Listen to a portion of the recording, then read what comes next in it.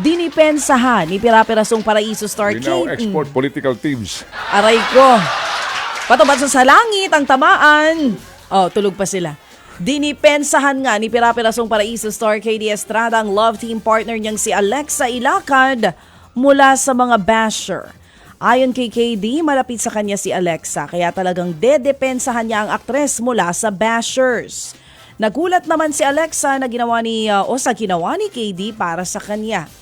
Ang dagdag ng aktres, natakot siya sa posibleng maging komento ng netizen sa ginawa ng aktor.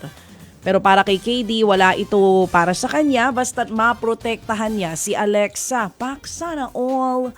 Matatanda ang hinarap ni KD ang bashers ni Alexa sa kanyang social media at nilinaw na hindi niya na gustong maiugnay pa sa dating fandom.